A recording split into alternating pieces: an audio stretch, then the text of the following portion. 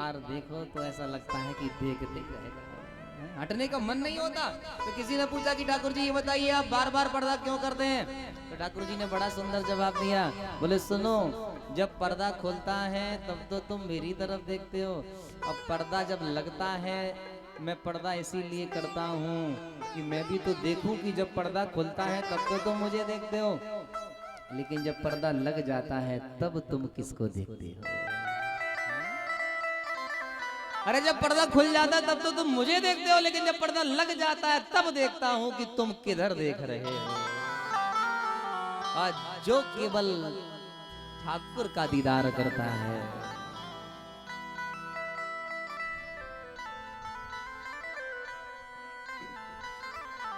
क्या वृंदावन की मस्ती है, क्या वृंदावन की भक्ति है। आज भी भक्ति जबान नृत्य करती है मेरे भाई बहन।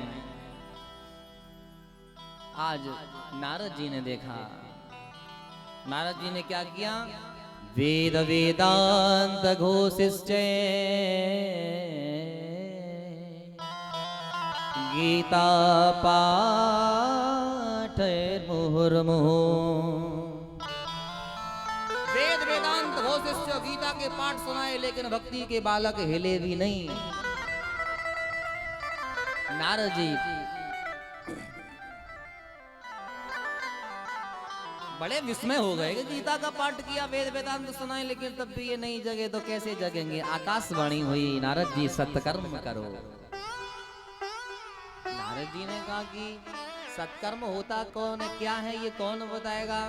तो नारद जी निकल गए, आकाशवाणी हुई कि तुम्हें संत बताएंगे कि सत्कर्म क्या होता है। नारद जी निकल पड़े हैं और जब बद्रिका आश्रम में पहुंचे हैं तब सनक सनंदन सनातन सनत कुमार मिले हैं। दर्शन किया, आहा, धन्य हो गए, नेत्र सजल हो गए।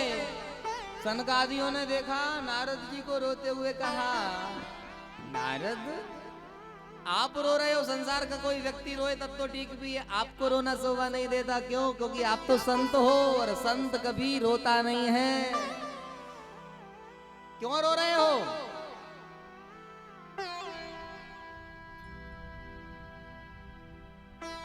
भाई संत के पास तो कोई धन भी नहीं होता जिसको लोग ले जाएं। हाँ, संतों के पास क्या होता? रुपया पैसा नहीं होता।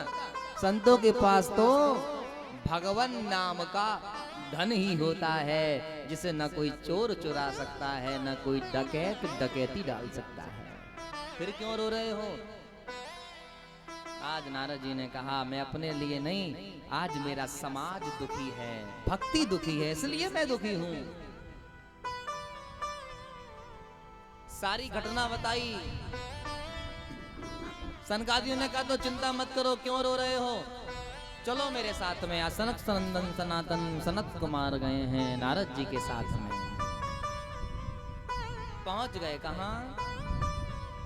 जहां भक्ति मैया ज्ञान वैराग के साथ में बैठी हुई है। नारद जी ने कहा देवी अब चिंता मत करो, तुम्हारे भी कष्टों की निवृत्ति होगी, भगवान है, कहीं चले नहीं गए।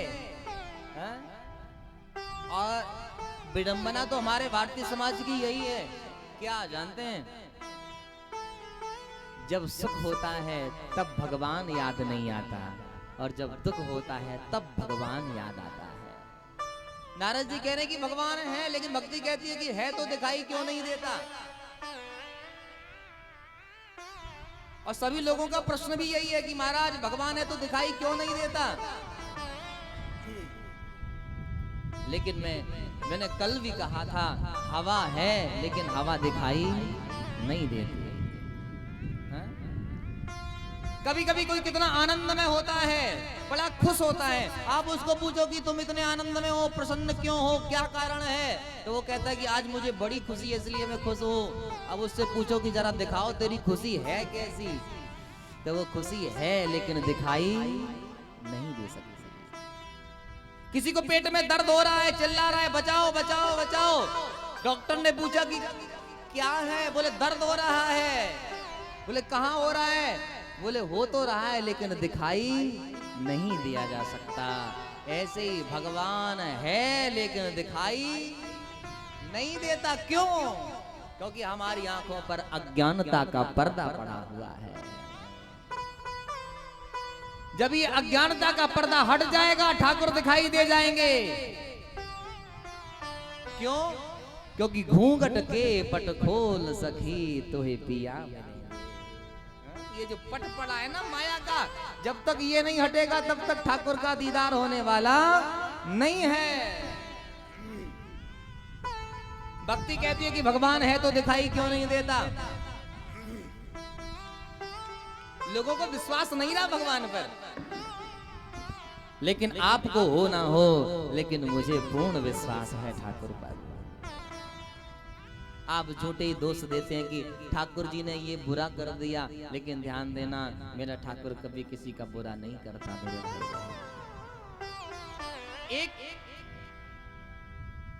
एक बार समुद्र में स्टीमर में लोग घूम रहे थे, कम से कम 50 लोग स्टीमर पर बैठे हैं। आप जानते हो कि समुद्र में चलता है ना, इलेक्ट्रिकल होता है, जो आपने देखा होगा। तो ध्यान से सुनिएगा, स्टीमर चल रहा था समुद्र में, 50 यात्री बैठे हैं उसमें, और अचानक तूफान आ गया समुद्र में, ज्वार भाटा आ गया।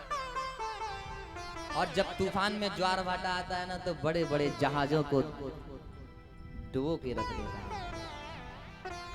40-50 लोग उस स्टीमर में, उस जहाज में बैठे, और जैसे ही तूफान आया तो महाराज वो स्टीमर ऐसे ऐसे हिलने लग गया। अब सब कहने लगे बचाओ बचाओ, रक्षा करो रक्षा करो। कौन रक्षा करे? और ध्यान देना, जिन्होंने जिंदगी में कभी नाम नहीं लिया, जब संकट पड़े फिर देखो, जय हनुमान ज्ञान गुण सागर, जय कपीस तिहुँ लोक को जागर है। ऐसे लगता है कि हनुमान जी इन्हीं के ऊपर सवार हो गए हैं। 40-50 लोग उस स्टीमर पर सवार, तूफान आ गया, लहरें लहराने लगी, और जितने भी बैठे थे ना उस स्टीमर पे, बहुत ध्यान देना माताओं, इधर प्रसाद पे ध्यान ना दो, आपको भी मिलेगा। हाँ, प्रेम से गौ राधे राधे। सब चिल्लाने लगे बचाओ बचाओ बचाओ, हे प्रभु बचाओ, हे गोविंद अब की बार निकाल दो, कभी समुद्र में यात्रा नहीं करेंगे। और कुछ लोग तो कहने लगे भैया हम बच जाएं, अपने बेटों को भी कह जाएंगे सब जगह घूमने जाना, लेकिन समुद्र में ना जाना, समुद्र में ना जाना, नहीं गड़बड़ हो जाएगा। और सब कह रहे हैं राम राम राम राम, सीताराम सीताराम सीताराम सीताराम। एक व्यक्ति ना राम कह रहा ना सीता कह रहा, वो शांत बैठा हुआ है, नेत्र बंद किए हुए है, और आंखों से झरझर अश्रु बह रहे हैं।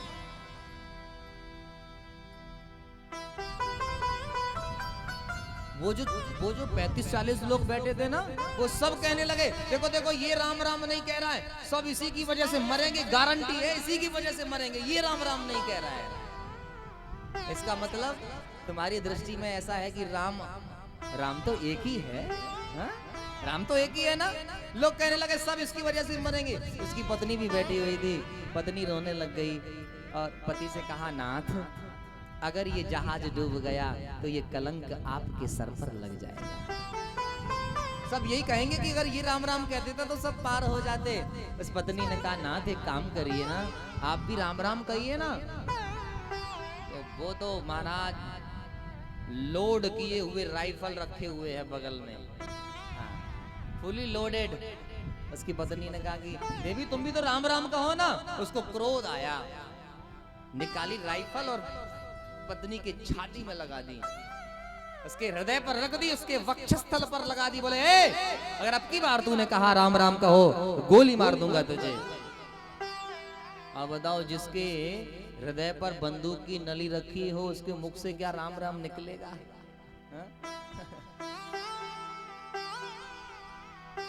जिसके हाथों में बंदूक हो और वो हृदय में लगी हो, राम राम याद नहीं आएगा, वो तो सोचेगा राम नाम सख्त पक्का है। हा? तो मेरे भाई बहन ध्यान देना, और वो राइफल की नली निकाली और उसकी छाती पर लगा दी। बोले सुन अगर अब की बार तूने कहा ना राम राम कहो तो गोली मार दूंगा तुझे। और जैसे ये बात कही तो पत्नी को बड़ी सुंदर हंसी आई। अब वो बहुत खिलखिला के हंसी। अब बताओ इसकी छाती पे राइफल की नली रखी, इसको हंसी आ रही है। पति ने डांटते हुए कहा, तू पागल हो गई है क्या? अरे देख, मेरी बंदूक की नली तेरे हृदय पर रखी है, अगर जरा सा भी ये दब गया ना तो तू मर जाएगी। तू तू तू हंस रही है, पागल हो गई है क्या? बाबरी हो गई है क्या? आहा, वो पत्नी अपने आंखों में अश्रुओं को भरकर बोली, पतिदेव आप मेरे प्राणनाथ हैं, मैंने आपके साथ में 7 फेरे लिए हैं और मुझे पता है कि संसार का कोई भी पति अपनी पत्नी का बुरा कर ही नहीं सकता। मुझे पता है कि आप मेरा बुरा नहीं कर सकते, आप मुझे नहीं मार सकते, क्योंकि मैं आपकी धर्म पत्नी हूं। और जैसी इतनी बात कही है मेरे भाई बहन, तो वो जो राइफल छाती पे रखा था ना, उसका पति भी बहुत तेज रोने लग गया। राइफल हाथ से छूट गई और ऊपर देखने लगा और अपनी पत्नी से कहा, अरे देवी, जब मेरी राइफल तेरी छाती पर थी, तू मुस्कुरा रही थी, तब मैंने तुझसे पूछा कि तुझे डर नहीं लगा, तू हंस रही है, तब तूने कहा था कि मेरा पति मेरा कभी भी बुरा नहीं कर सकता। तो जैसे तुझे अपने पति पर विश्वास है, ऐसे ही मुझे जगत पति पर विश्वास है कि वो किसी का बुरा कर ही नहीं सकता है। वो जब करता है तब अच्छा ही। हम दोष लगाते हैं।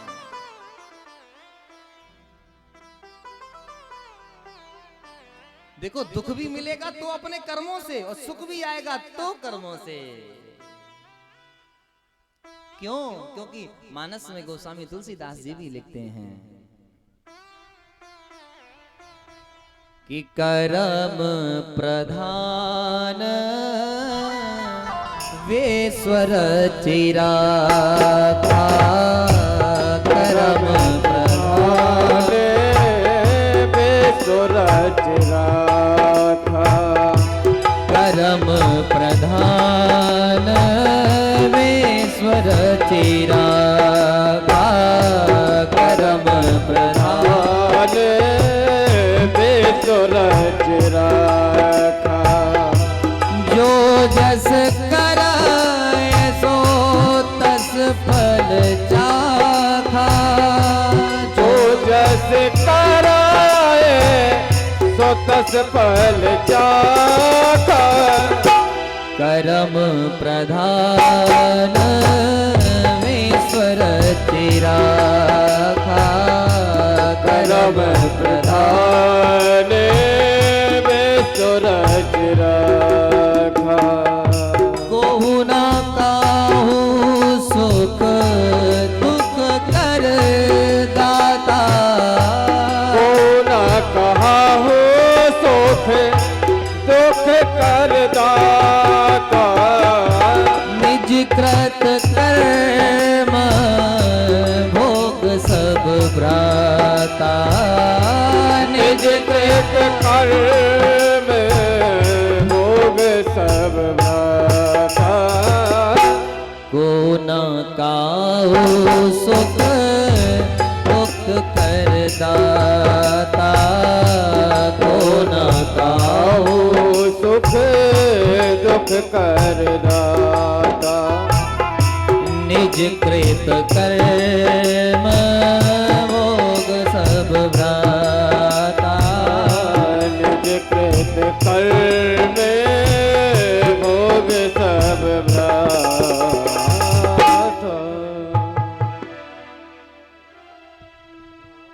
भगवान कभी भी किसी के साथ में बुरा नहीं करता, क्योंकि वो जगत का पति है। जब संसार का कोई भी पिता अपने बेटे का बुरा नहीं चाहता, तो वो तो जगत का पिता है, वो क्यों किसी का बुरा करेगा? हमारे कर्म हैं, कर्मों के द्वारा ही सुख प्राप्त होता है और कर्मों के द्वारा ही दुख प्राप्त होता है। क्योंकि गीता में भी भगवान कहते हैं कि अवश्यमेव भोक्तव्यम कृते कर्म शुभाशुभम, अवश्यमेव भोक्तव्यम कृते कर्म शुभाशुभम। जो जैसा करता है वो वैसा भरता है। आज नहीं तो निश्चय कल, जैसी करनी वैसा फल। जरूर मिलेगा साहब।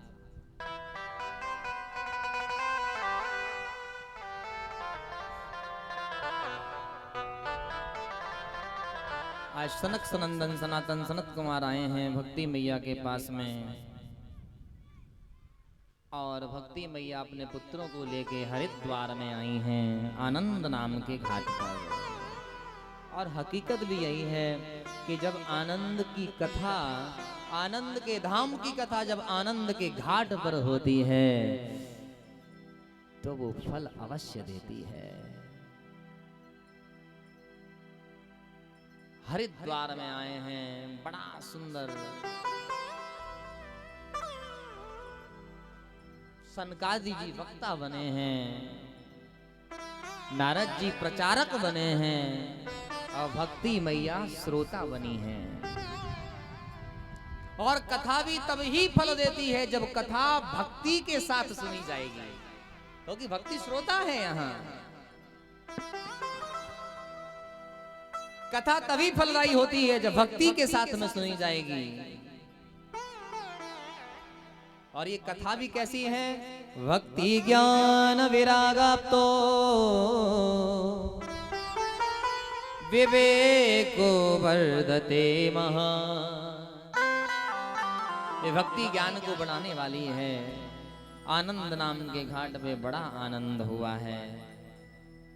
आनंद नाम के घाट पर बड़ा आनंद हुआ है।